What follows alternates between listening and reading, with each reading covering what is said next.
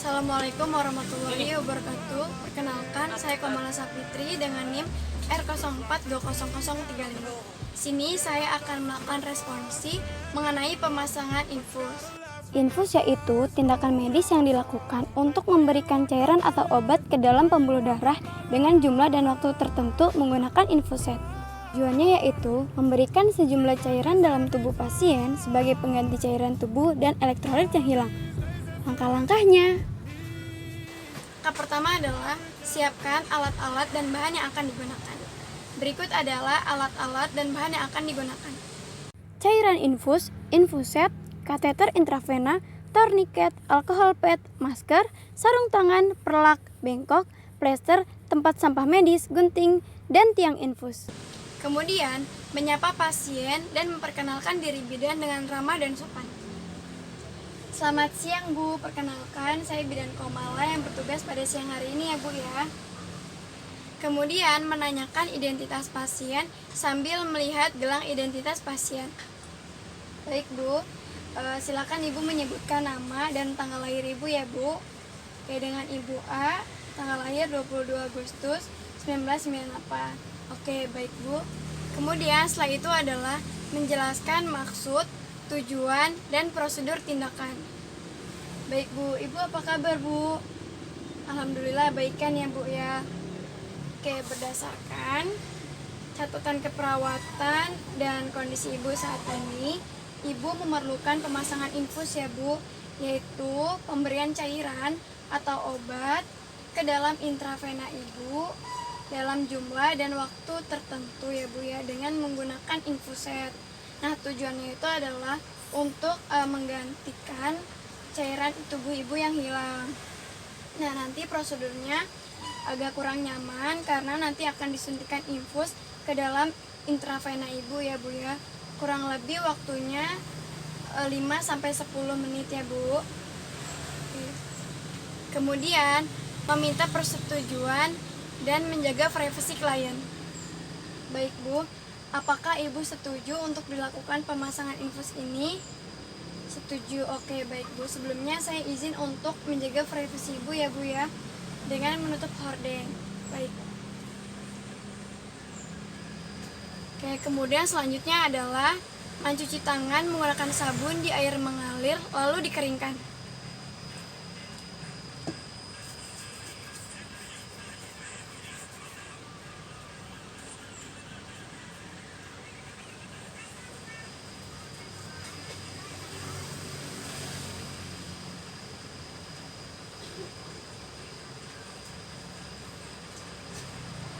Kemudian adalah mempersiapkan cairan infus.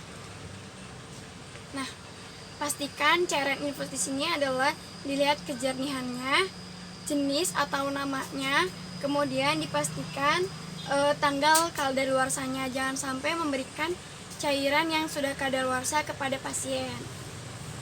Selanjutnya adalah mempersiapkan set infus atau transfuser.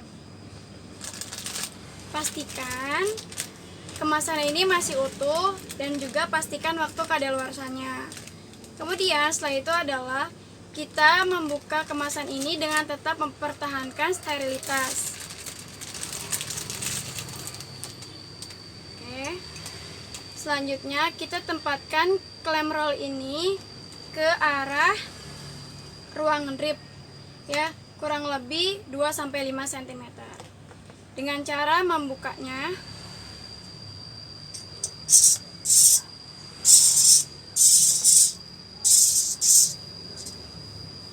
lalu kita tutup kembali.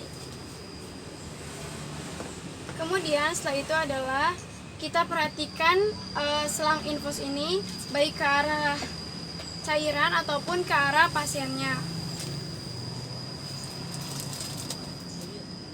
Kemudian kita buka jarum penutupnya,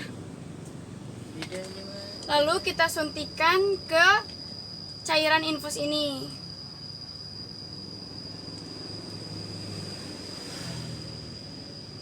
Oke, sudah.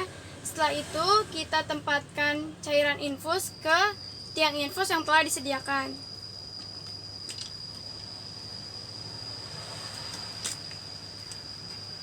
Setelah itu, kita mengisi tabung pengontrol sesuai dengan indikator yang telah ditentukan dengan cara menekannya seperti ini. Nah, dia keluar.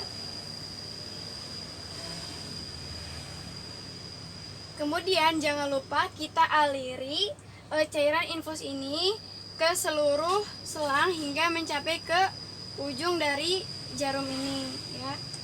Dengan cara membuka klem rollnya ini.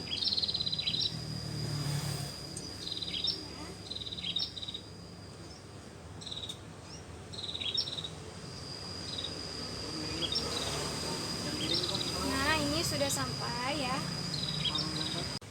Apabila cairan infus telah memenuhi selang dan tidak ada lagi rongga udara pada selang, maka kita tutup klem rollnya.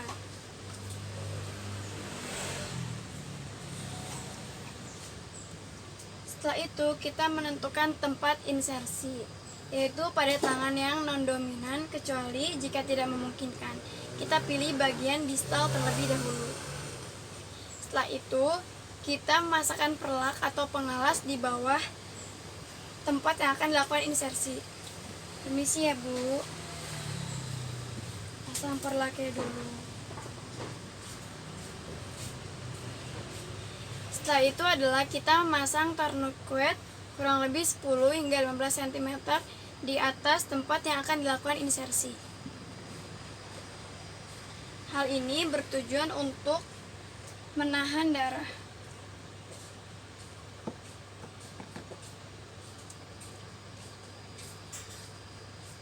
Setelah itu adalah kita mengidentifikasi vena pasien, ya. Pertama adalah pastikan vena ini tampak jelas. Bila perlu boleh dilakukan perabaan pada vena pasien. Kemudian pilih vena yang besar dan lurus atau vena metakarpal. Dan pastikan hindari pemasangan infus ini di bagian persendian pasien. Selanjutnya adalah menggunakan handscoon. Nah, sebelum itu saya menggunakan media spons untuk insersinya atau untuk penusukan jarumnya.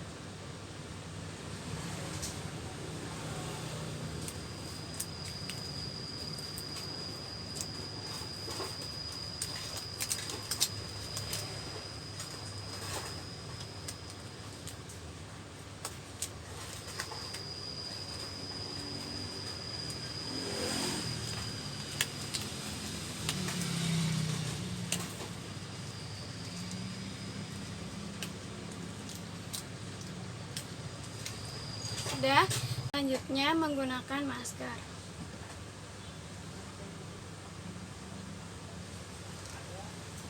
Kemudian kita lakukan desinfeksi di tempat yang akan dilakukan insersi dengan menggunakan swab alkohol, ya, dari arah ke dalam hingga keluar dengan 1 kali usap.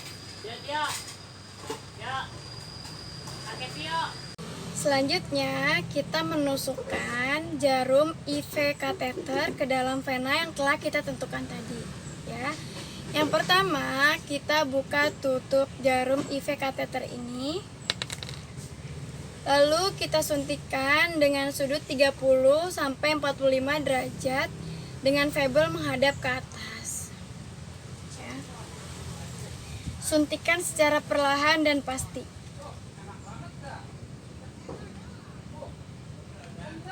Oke, kemudian setelah ini adalah kita pastikan bahwa jarum ini tepat berada di vena dengan ciri-ciri yaitu terlihat darah. Artinya darah di sini itu masuk ke dalam lubang jarum IV kateter. Nah, ini sudah terlihat darahnya. Kemudian setelah itu adalah kita merendahkan jarum IV kateter ini sejajar dengan kulit. Oke. Setelah itu kita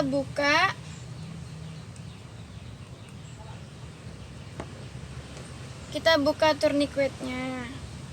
Ya. Setelah itu kita melepaskan atau kita menarik jarum IV kateter dan memasukkan kateter ke dalam vena secara bersamaan. Oke. Kemudian kita tekan bagian penyuntikannya ini dan kita tarik jarum IV kateter secara keseluruhan. Oke. Lalu kita sambungkan dengan cairan infus tadi.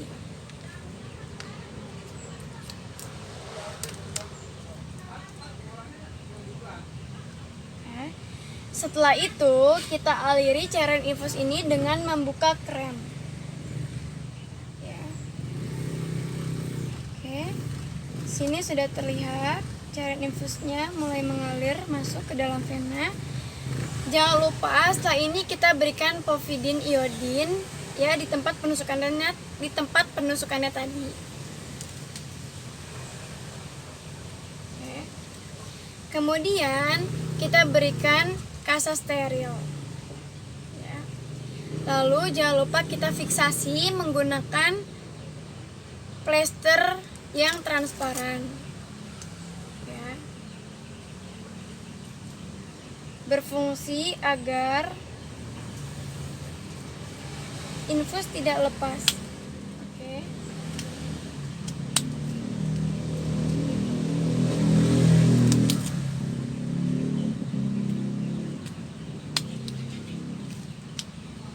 Oke.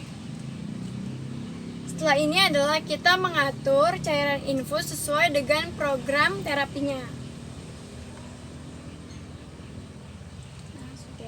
Selanjutnya, kita membersihkan alat-alat yang telah digunakan dan membuang jarum yang telah kita gunakan ke dalam tempat sampah safety box.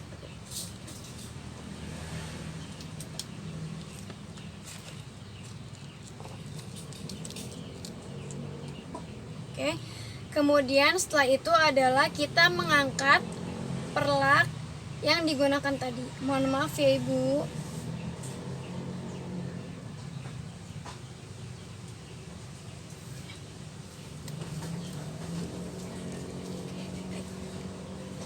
Setelah ini adalah kita melepas alat perlindungan diri, diantaranya masker dan sarung tangan.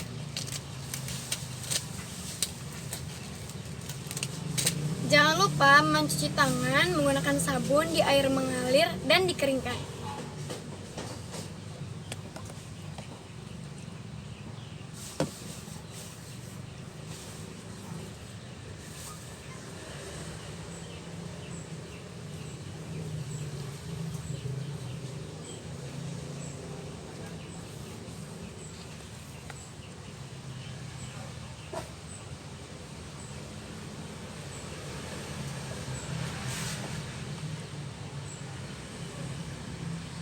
Setelah itu kita lakukan pendokumentasian,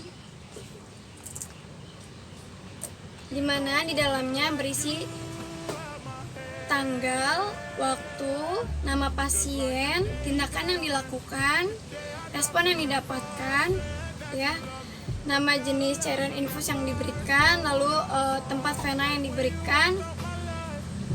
Setelah itu jangan lupa mencantumkan tanda tangan dan nama gerak. Sekian responsi dari saya, kurang lebihnya mohon maaf. Wassalamualaikum warahmatullahi wabarakatuh.